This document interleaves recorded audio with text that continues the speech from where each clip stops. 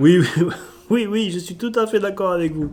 Savoir calculer des charges sans calculatrice et sans ordinateur, ça sert à rien. Mais ça fait rien, je vous le montre quand même. Et je vous montre tout ça en 3 minutes chrono. Allez, c'est parti.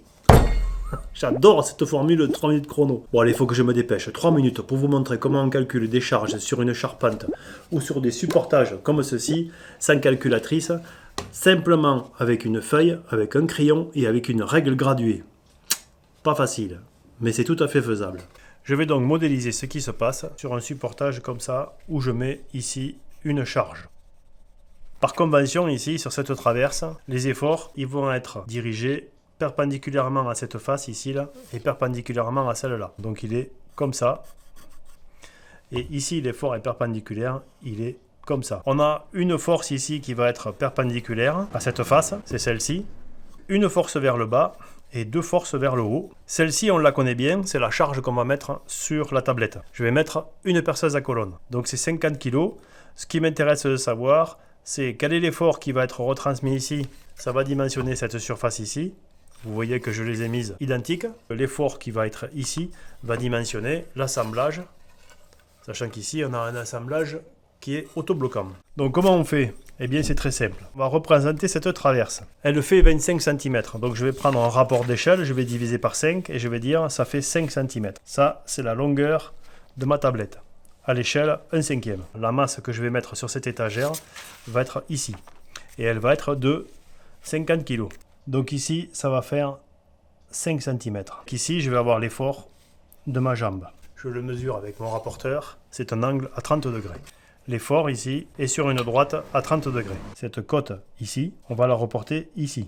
Donc ici j'ai 15, je reporte 15 ici, je trace de là à là et j'ai l'effort ici proportionnel vertical à celui-ci. Donc on a la composante verticale ici. Il y a une loi universelle de l'équilibre qui dit que la somme des efforts doit être nulle pour que l'objet soit en équilibre. Donc de là à là j'ai 50. De là à là j'ai 20, de là à là j'ai 30. Donc 50 moins 20 moins 30, ça fait 0. Sauf que ici, il y a une composante horizontale, qui est celle-ci. Puisque la jambe n'est pas comme ça, mais elle est comme ça. Donc elle induit un effort comme ça. On a donc cette composante ici, qui naturellement est entièrement reprise par celle-ci de ce côté. Donc je l'ai repris ici. J'ai mesuré A qui fait 2,5 cm, donc 2,5 cm ça correspond à 25 kg. Pareil pour B, B est égal à 34 kg parce que ça fait 3,4 cm.